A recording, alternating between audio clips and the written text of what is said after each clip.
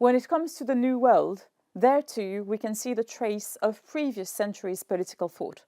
Montaigne, in the 16th century, dedicated one of his essays to the cannibals.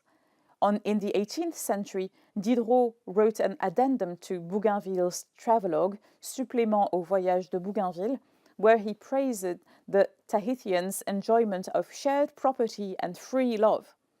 While the Orient represented a state of extreme civilization, almost a decadence, the New World was a place of uncorrupt, almost childlike innocence. When the French Romantics reference America or the Bourbon Islands, now La Réunion, these lands are depicted as virgin lands, where people could become noble savages again. As Michel Foucault explains in Des espaces autres, these places are heterotopias.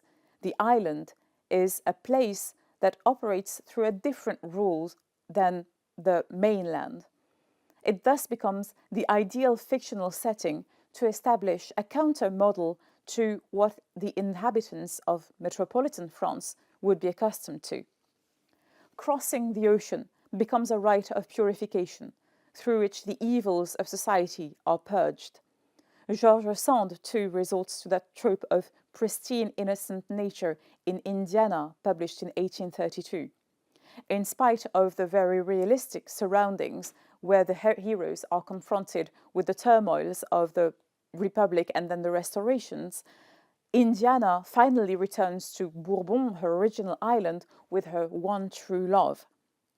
After a dramatic attempt at suicide, Indiana and Sir Ralph establish a land of freedom and happiness, far from the corruption of metropolitan France, dedicating their resources to the redemption of slaves and the care for the sick.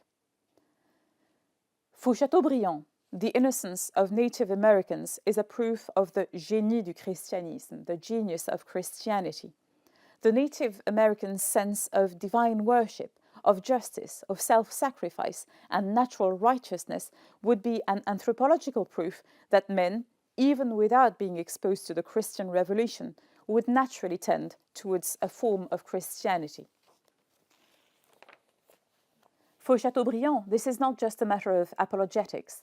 He means to justify Christianity, especially Catholicism, against the attacks of the Revolution.